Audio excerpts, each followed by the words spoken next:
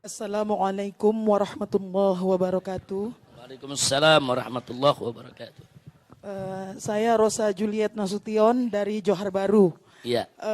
Afwan, saya minta izin untuk bertanya. Mungkin pertanyaan saya agak mungkin maksudnya tidak umum mungkin, tapi Iya. karena ini memang saya sedang mengalami masalah ini, saya bersyukur benar kepada Allah dipertemukan dan bisa menanyakan langsung kepada Habibana, Masya Iya. Allah. Begini Habib, bagaimana di mata hukum syariah Islam? Apakah betul ada yang disebut dengan, saya karena awam, bukan sebutan saya, tapi saya mendengar orang-orang bilang itu bisa dibilang sakit lah. Seorang manusia, seorang kita nih, sering ditumpangi kemasukan jin. Apakah itu ada di dalam Islam? Ya, kalau bahasa awam kita tuh kesurupan ya. Tapi ini sering-sering. Jadi orang yang melihat menyebutnya itu sakit gitu. Terus saya ini dialami anak kandung saya nomor 1 sudah hampir 3 tahun ini. Pertama-tama sekali tahun 2020 itu saya bacakan Al-Baqarah secara langsung syariah ruqyah mandiri lah ya.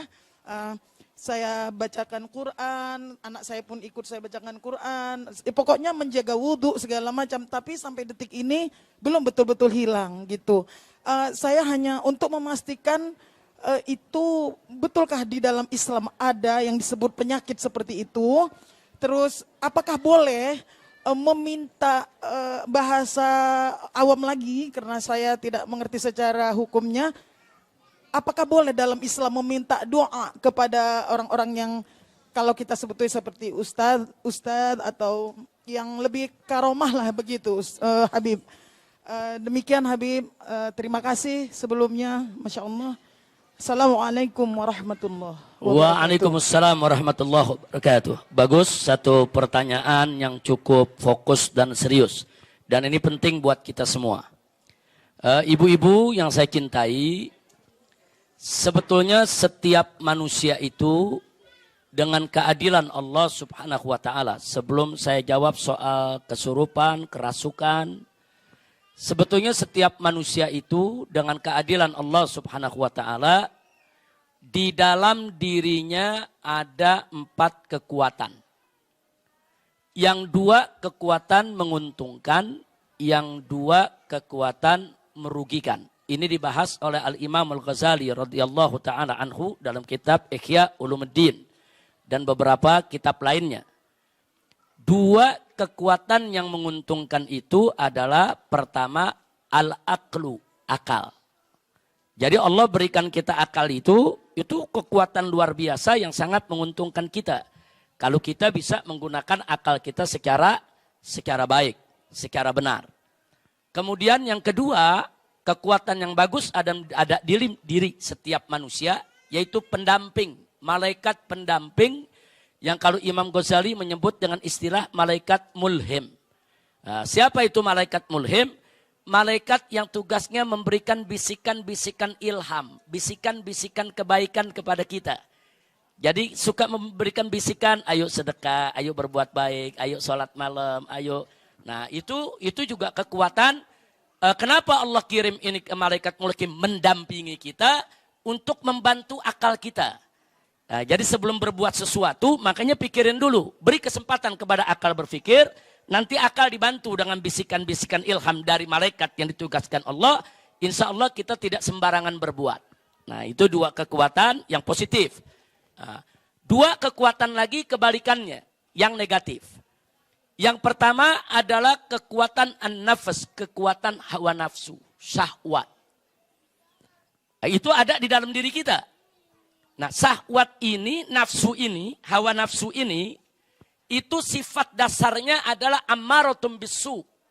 Selalu menyuruh berbuat yang jelek. Nah, nafsu itu selalu, yang namanya nafsu, itu sifat dasarnya, kalau orang kita nih bilang tabiatnya.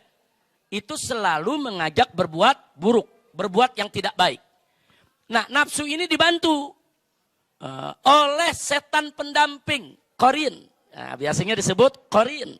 Itu namanya setan pendamping. setan pendamping ini yang menghembus-hembuskan, memberikan bisikan kejelekan untuk memberi semangat kepada hawa nafsu agar berbuat sesuai dengan keinginan syahwatnya.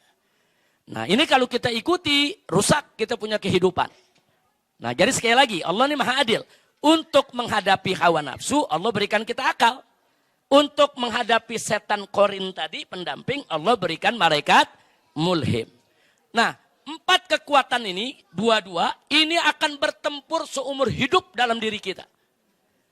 Bukan bertempurnya cuma di bulan ini, bulan itu. Setiap saat, setiap hari, 4 kekuatan ini bertempur dalam diri kita. Kalau akal dan malaikat yang menang, kita jadi orang baik. Kalau nafsu dan setan yang menang, kita akan jadi orang yang tidak baik. Na'udzubillah min dzalik.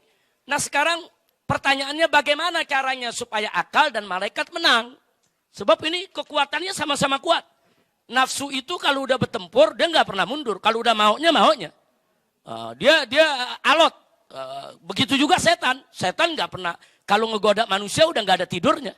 24 jam kita digoda terus. Jadi yang kita lawan ini bukan sembarang kekuatan. Jadi kekuatan yang begitu dahsyat. Jadi kalau cuma ngandelin akal sama kekuatan malaikat saja, dia khawatirkan kita nggak bisa menang. Ini pertarungan. Nah, bagaimana supaya akal kita bisa memenangkan pertempuran?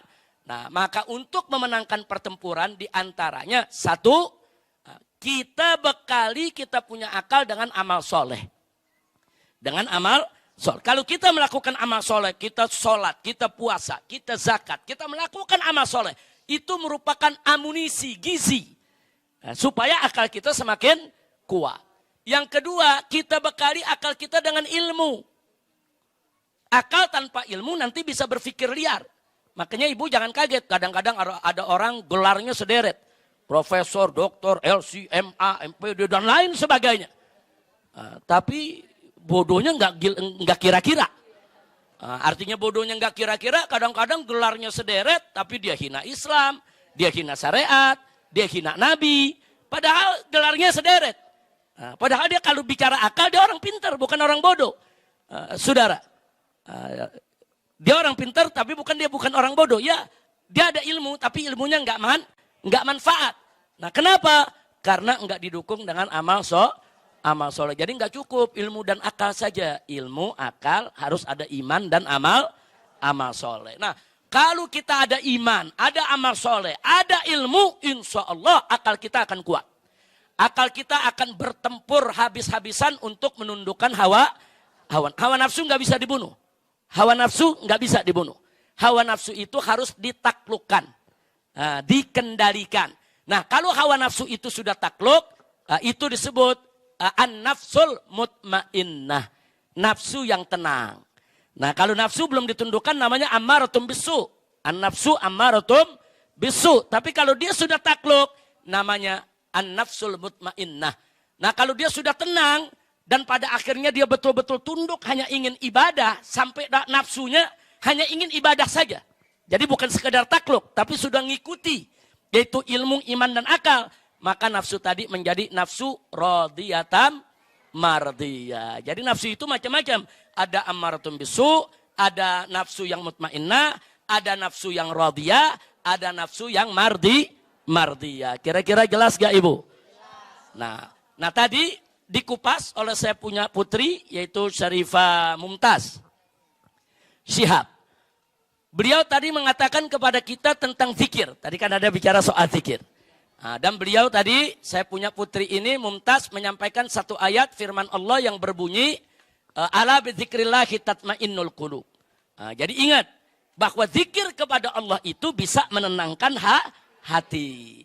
Jadi zikir kepada Allah itulah sebagai amunisi akal kita dalam bertempur menaklukkan hawa nafsu. Semakin bagus zikir kita, semakin banyak, semakin berkualitas, akal iman kita akan semakin kuat dan hawa nafsu tidak akan pernah bisa untuk menguasainya. Nah, kira-kira jelas ya.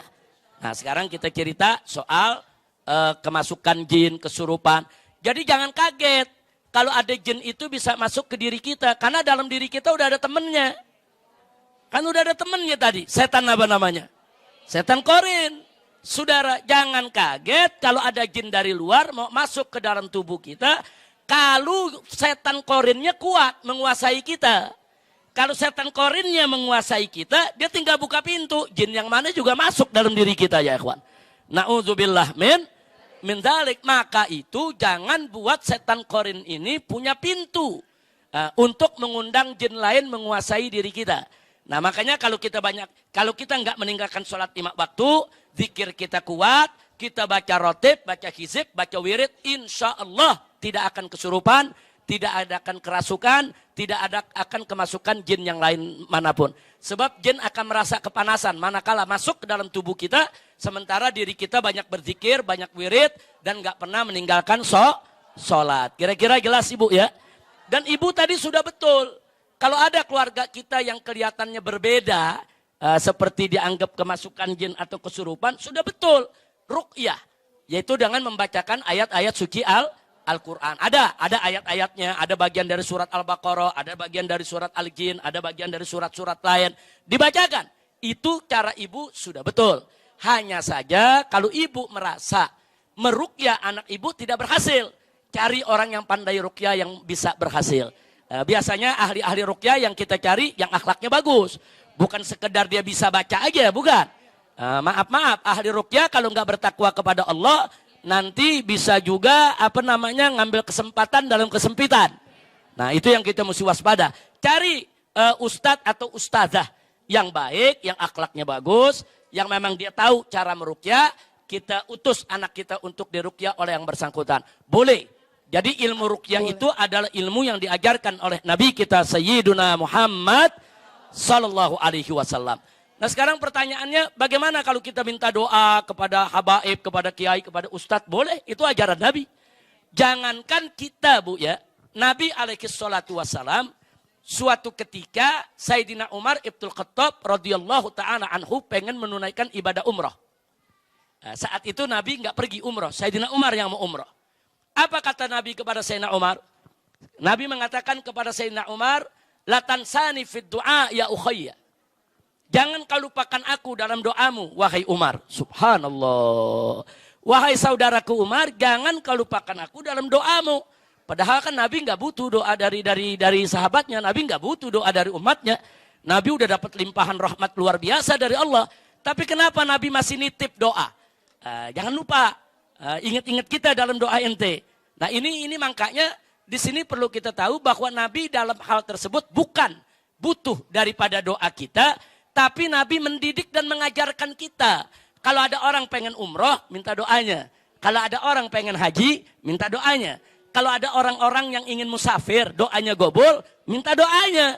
Nah kalau Nabi aja minta doa para sahabat, kenapa kita sombong nggak mau minta doa? Jadi minta doa kepada orang lain, ibu, itu ajaran Islam. Siapa bilang kita nggak boleh minta doa? Boleh minta doa kepada ustazah, minta doa kepada ustadz, minta doa kepada habaib, minta doa kepada kiai, minta doa kepada orang-orang soleh. Tapi jangan lupa, sebetulnya ada doa yang gobol di rumah kita yang Allah nggak bakal tolak, yaitu doa ibu kita. Jangan kita repot nyari-nyari doa ke sono kemari, keliling ke sana kemari, ibu kita lupakan di samping kita. Padahal kita punya ibu, kita punya ayah yang ada di rumah kita. Doanya untuk anak nggak ada hijab.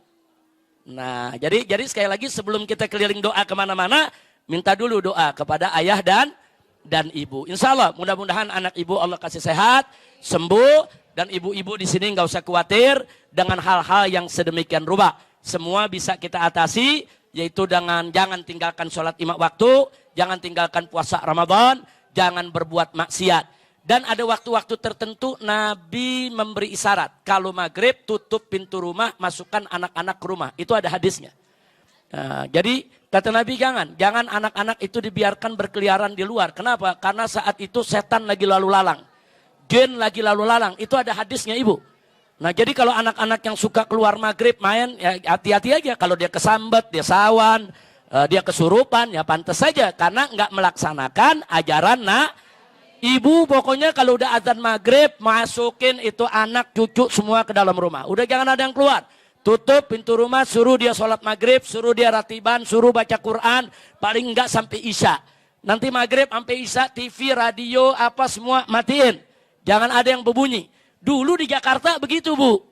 Dulu zaman saya kecil lagi nih, kalau udah maghrib di dalam rumah itu tiap rumah yang kedengeran orang ngaji. Yang baca Quran, yang baca ratib. Kalau sekarang begitu azan maghrib tiap rumah yang kedengeran, yang dangdutan, yang rokan, wah udah macam-macam. Nah ini mesti kita rubah. Jadi maghrib tutup, tunjukkan ciri kita sebagai masyarakat Islam. Masyarakat Islam itu bagaimana? Oh maghrib, sholat, kunci pintu, masukin anak-anak kecil. Jangan sampai anak kita kena gangguan setan atau jin yang ada di luar rumah ketika itu. Ini Nabi yang ngajarkan, suruh masuk itu anak-anak ke dalam rumah. Nah karena itu ibu jangan dikit-dikit kalau kita ngomong begitu orang tua, wah itu tahayul, wah itu khurafat. Enggak, ada hadisnya. Kalau anak kecil disuruh masukkan setiap maghrib. Kira-kira jelas ibu ya? Mudah-mudahan kita semua, ibu-ibu, putra-putrinya semua dijaga oleh Allah. Dijauhkan dari iblis yang terkutuk. Dijauhkan dari gangguan setan, gangguan jin. Dan dijauhkan dari gangguan ain. Ibu, di dalam hadis itu ada yang namanya gangguan ain. Ain itu, penyakit ain itu, makanya kalau ibu punya anak atau cucu yang lucu, yang bagus, jangan terlalu sering dipertontonkan depan orang. Hati-hati, nanti ada orang punya kekuatan mata yang bagaimana itu bisa menimbulkan penyakit di anak kita. Nah kemudian kalau anak-anak kita dipuji orang, anaknya bagus, cucunya pintar, jangan lupa katakan Masya Allah. Nah, katakan Masya Allah. Supaya apa? Masya Allah itu untuk mencegah. Jangan sampai anak kita kena omongan orang. Itu akhlak Islam. Nanti insya Allah di majelis ini kita tunjukkan bagaimana akhlak-akhlak Islam itu yang seperti tadi, yang orang pikir itu bid'ah khurafat, ternyata ada dalilnya dari Nabi kita Sayyiduna Muhammad Sallallahu Alaihi Wasallam. Jelas ibu ya? Taib, saya pikir cukup karena sudah mau masuk waktu asar. Sudah masuk waktu asar.